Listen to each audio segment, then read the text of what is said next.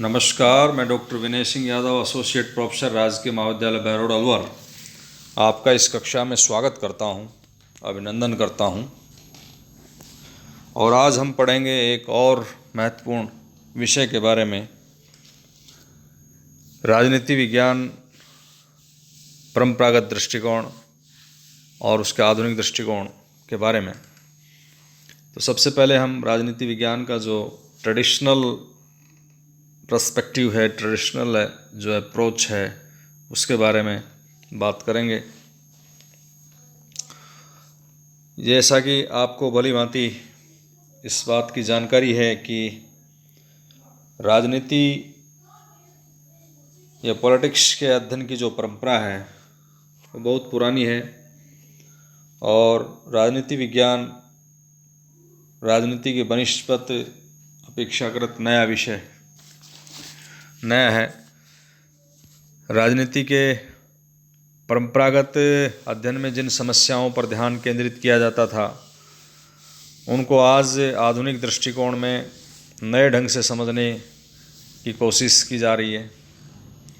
परंपरागत अध्ययन में जिन पद्धतियों का प्रयोग किया जाता था, उनमें भी परिवर्तन आ गया है। तो मोटे तौर पर यदि हम कहें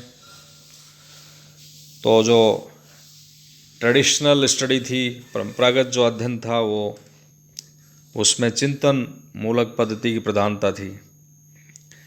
चिंतन मूलक पद्धति का मतलब ये है कि जिसमें विषय से जुड़े सब तत्वों का निरीक्षण तो नहीं किया जा सकता, लेकिन तर्क शक्ति के आधार पर उसके सारे जो संभावित पक्ष हैं, जो संभावित पहलू हैं, उनके परस्पर संबंध, प्रभाव और परिणामों पर विचार किया जाता है।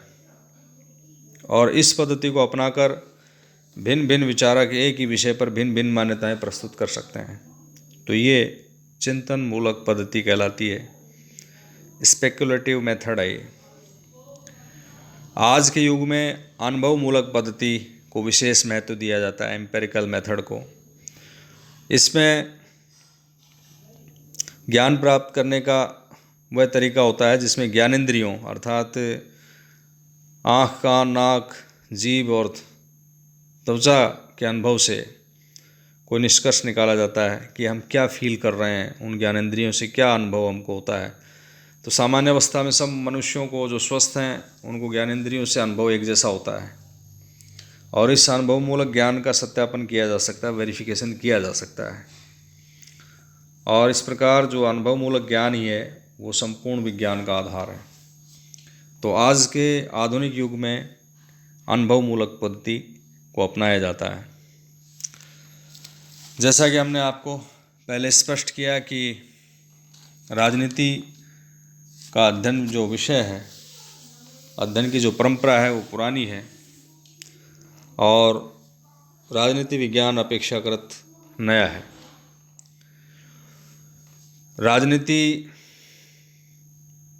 विज्ञान एक स्वतंत्र विषय के रूप में अतीत में स्वीकार नहीं किया गया था। कहने का मतलब यह है कि राजनीति विज्ञान का अतीत में जो अध्ययन था, वो दर्शन शास्त्र, आचार शास्त्र, धर्मशास्त्र, इतिहास, विधि शास्त्र इत्यादि की अवधारणाओं के आधार पर करने की परंपरा थी।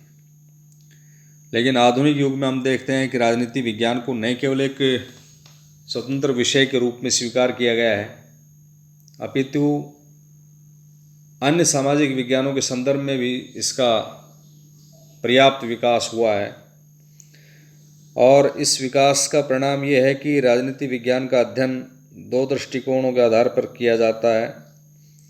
एक राजनीति विज्ञान का परंपरागत दृष्टिकोण और दूसरा राजनीति विज्ञान का आधुनिक दृष्टिकोण। तो आज इस कक्षा में हम राजनीति विज्ञान के परंपरागत दृष्टिकोण पर चर्चा करेंगे, पॉलिटिकल साइंस ट्रेडिशनल पर्सपेक्टिव। और इसमें हम देखते हैं कि सबसे पहले हम बात करेंगे कि राजनीति विज्ञान का अर्थ परिभाषा क्या है, उसका क्षेत्र क्या है, उसकी प्रकृति क्या है, उसके बारे में हम अध्ययन करेंगे। तो समाज में रहने वाले व्यक्ति के विभिन्न पहलू होते हैं, विभिन्न पक्ष होते हैं, और व्यक्ति के जीवन के जो विभिन्न पक्ष होते हैं, इन मानव जीवन के जो विविध पक्ष हैं, इनको अलग अलग विषयों, विज्ञानों के रूप में अध्ययन किया जाता है। जैसे फॉर एग्जाम्पल, समाजशास्त्र के अंतर्गत हम मनुष्य के सामाजिक जीवन का अध्ययन करते हैं, अर्थशास्त्र में मानव के आर्थिक जीवन का अध्ययन करते हैं, नीति शास्त्र में मानव के नैतिक पक्ष का अध्ययन किया जाता है। उसी प्रकार इन सभी समाज विज्ञानों के समान ही राजनीति विज्ञान के द्वारा मानव के राजनीतिक पक्ष का अध्ययन किया जाता है, और मनुष्य को एक सामाजिक प्राणी कहा गया है। इस संदर्भ में हम राजनीति विज्ञान के जो जनक हैं अरिस्टोटल, अरस्तु, उनके कथन को उद्धृत कर सकते हैं कि समाज द्वारा सुसंस्कृत मनुष्य सब प्राणियों में श्रेष्ठतम होता है, परंतु जब वो कानून और न्याय के बिना जीवन व्यतीत करता है तो वो निकृष्टतम हो जाता है। यदि कोई मनुष्य ऐसा है जो समाज में न रह सकता हो, जिसे समाज की आवश्यकता ही ना हो क्योंकि वह अपने आप में पूर्ण है, तो उसे समाज का सदस्य मत समझो, वह जंगली जानवर या देवता ही हो सकता है। तो इस प्रकार इस कथन से भी ये सामान्य सिद्धांत प्रतिपादित होता है कि मनुष्य एक सामाजिक प्राणी है, और समाज में रहने वाले व्यक्ति के विभिन्न पहलू और पक्ष होते हैं, और उन विभिन्न पक्षों, पहलुओं का अध्ययन विभिन्न समाज विज्ञानों में उसका अध्ययन किया जाता है। ये हम पहले स्पष्ट कर चुके कि अतीत काल में या प्राचीन काल में राजनीति शास्त्र का जो अध्ययन है वो एक स्वतंत्र अनुशासन के रूप में अध्ययन नहीं किया जाता था। इसको दर्शन शास्त्र, आचार शास्त्र, इतिहास के साथ ही पढ़ा जाता था। आधुनिक युग में राजनीति विज्ञान एक स्वतंत्र विषय के रूप में स्थापित है।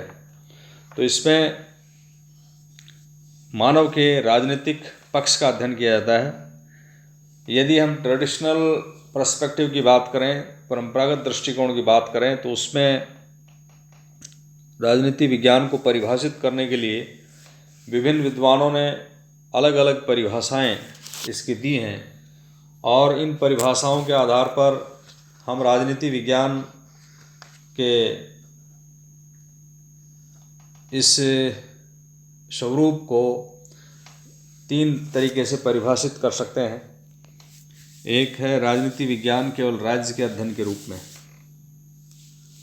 दूसरा राजनीति विज्ञान केवल सरकार के अध्ययन के रूप में, और तीसरा है राजनीति विज्ञान राज्य सरकार के दोनों के अध्ययन के रूप में है। और एक पहलू और है कि राजनीति विज्ञान के मानव तत्व के संदर्भ का अध्ययन की बात हम करेंगे आगे चलकर। तो पहले हम बात करें कि राजनीति विज्ञान राज्य के अध्ययन के रूप में। इसमें जैसा कि हमने ऊपर आपको स्पष्ट किया कि मनुष्य के जीवन के विविध पहलू होते हैं, और उन विविध पहलुओं और पक्षों का अध्ययन जो है अलग अलग विषयों में किया जाता है। तो जैसे इसी प्रकार राजनीति विज्ञान में मनुष्य के राजनीतिक जीवन का अध्ययन किया जाता है। तो मनुष्य के राजनीतिक जीवन का अध्ययन करने के लिए उन संस्थाओं का अध्ययन भी जरूरी हो जाता है जिनमें रहकर मनुष्य अपना राजनीतिक जीवन प्रारंभ करता है। और इन संस्थाओं में जो स्टेट है, राज्य है, वो एक प्रमुख संस्था है। पॉलिटिक्स शब्द जो है, आंग्ल भाषा का जो वर्ड है पॉलिटिक्स, वो यूनानी भाषा के पोलिस शब्द से बना है, और उस पोलिस शब्द का उस भाषा में अर्थ है नगर राज्य, सिटी स्टेट। उस समय यूनान जो था वो छोटे छोटे नगर राज्यों में डिवाइडेड था, विभक्त था, विभाजित था, और यूनान वासियों के लिए नगर और राज्य में कोई भेद नहीं था। धीरे धीरे ये जो नगर राज्य छोटे छोटे, ये समय परिस्थिति के हिसाब से बड़े राष्ट्रीय राज्यों के रूप में अपना स्वरूप इन्होंने ग्रहण कर लिया। तो उस राज्य में रहकर मनुष्य जिन भी क्रियाविधियों में, जिन पहलुओं के आधार पर अपनी क्रियाविधि करता था राजनीतिक पहलू में, उन सब का अध्ययन राजनीति विज्ञान में किया जाता है। और इस संदर्भ में कुछ महत्वपूर्ण कोटेशन भी हम उद्धृत कर सकते हैं। जैसे गार्नर ने कहा है कि राजनीति विज्ञान विषय के अध्ययन का आरंभ और अंत राज्य के साथ होता है। इसी प्रकार ब्लंट्सली ने भी एक परिभाषा दी है कि राजनीति विज्ञान वह विज्ञान है जिसका संबंध राज्य से है और जो ये समझने का प्रयत्न करता है कि राज्य के आधारभूत तत्व क्या हैं, उसका आवश्यक स्वरूप क्या है, उसकी किन विविध रूपों में अभिव्यक्ति होती है तथा उसका विकास कैसे हुआ। तो ये राजनीति विज्ञान के इस परंपरागत दृष्टिकोण की पहली श्रेणी है कि राज्य का अध्ययन किया जाता है। तो उसमें गार्नर है, गुडनोव, एक्टन, ब्लंट्सली इत्यादि विचारक राजनीति विज्ञान को राज्य के अध्ययन के रूप में परिभाषित करते हैं। दूसरी श्रेणी है कि राजनीति विज्ञान केवल सरकार के अध्ययन के रूप में। इन विचारकों से दूसरे मत रखने वाले कहते हैं कि राज्य तो एक अमूर्त संस्था है, जो उसकी प्रभुत्व शक्ति है, जो उसकी संप्रभु शक्ति है, उसका प्रयोग व्यवहार में कौन करता है? सरकार करता है। तो सरकार का अध्ययन होना चाहिए राजनीति विज्ञान में। और इसमें कुछ महत्वपूर्ण विचारक सामने आते हैं। उसमें सीले है, लिकाक है। और सीले ने परिभाषित किया है इसको कि राजनीति विज्ञान उसी प्रकार सरकार के तत्वों का अनुसंधान करता है जैसे संपत्ति शास्त्र संपत्ति का, जीव शास्त्र जीवन का, बीज गणित अंकों का, ज्यामिति शास्त्र स्थान लंबाई चौड़ाई का अध्ययन करता है। इसी प्रकार लिकाक का कहना है कि राजनीति विज्ञान सरकार से संबंधित विद्या है। तो कहने का मतलब है कि ये मानते हैं कि राजनीति विज्ञान में राज्य के बजाय सरकार का अध्ययन किया जाता है, क्योंकि राज्य जो है जिसमें मनुष्य राजनीतिक जीवन व्यतीत करता है वो एक अमूर्त संस्था है। मूर्त रूप में उसकी प्रभुत्व शक्ति का या उसकी संप्रभु शक्ति का प्रयोग राज्य के द्वारा न होकर सरकार के द्वारा किया जाता है। तो सरकार का अध्ययन होना चाहिए इसमें। तीसरी श्रेणी में जो विचारक आते हैं वो कहते हैं कि उपयुक्त दोनों दृष्टिकोण एकांगी हैं। तो क्या होना चाहिए कि राजनीति विज्ञान में राज्य सरकार दोनों का अध्ययन किया जाता है। इनका ये कहना है कि राज्य का अध्ययन इसलिए ज़रूरी है कि मनुष्य इसमें रहकर राजनीतिक जीवन, राजनीतिक क्रियाकलाप संपन्न करता है। दूसरी, सरकार का अध्ययन इसलिए है कि राज्य एक अमूर्त संस्था है, व्यवहार में उसकी संप्रभु शक्ति का प्रयोग जो है वो सरकार के द्वारा किया जाता है। इसलिए राजनीति विज्ञान में दोनों का अध्ययन किया जाता है। और पॉल जेनेट को हम उद्धृत कर सकते हैं। उन्होंने लिखा है कि राजनीति विज्ञान समाज विज्ञानों का वह अंग है जिसमें राज्य के आधार और सरकार के सिद्धांतों का अध्ययन किया जाता है। डिमाक ने कहा है कि राजनीति शास्त्र का संबंध राज्य और उसके साधन सरकार से है। इसी प्रकार गिलक्राइस्ट ने परिभाषा दी है कि राजनीति विज्ञान राज्य सरकार की सामान्य समस्याओं का अध्ययन करता है। तो इन विद्वानों के अनुसार हम कह सकते हैं कि राजनीति विज्ञान में राज्य सरकार दोनों का अध्ययन किया जाता है।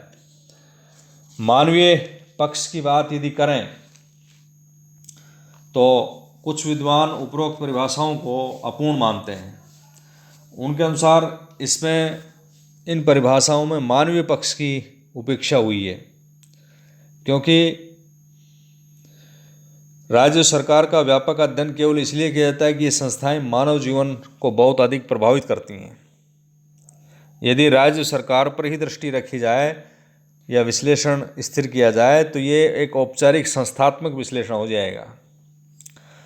तो हरमन हेलर ने एक परिभाषा दी है और इस संदर्भ में लिखा है कि राजनीति विज्ञान के संपूर्ण स्वरूप का निर्धारण उसकी मानव विषयक मान्यताओं के आधार पर होता है।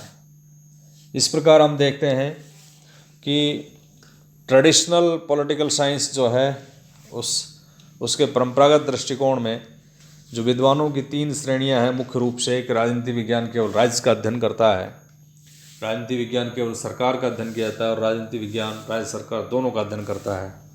और उसके मानवीय पक्ष को मिलाते हुए हम परंपरागत राजनीति विज्ञान की परिभाषा इस तरह से दे सकते हैं कि राजनीति विज्ञान समाज विज्ञान का वह अंग है जिसके अंतर्गत मानव जीवन के राजनीतिक पक्ष का और इस जीवन के इस पक्ष से संबंधित राज्य सरकार अन्य स्थानीय संगठनों का इसमें अध्ययन किया जाता है। तो ये राजनीति विज्ञान का एक सामान्य परिचय है, अर्थ परिभाषा है कि किस तरह से विद्वान परंपरागत राजनीति विज्ञान को परिभाषित करते हैं। धन्यवाद।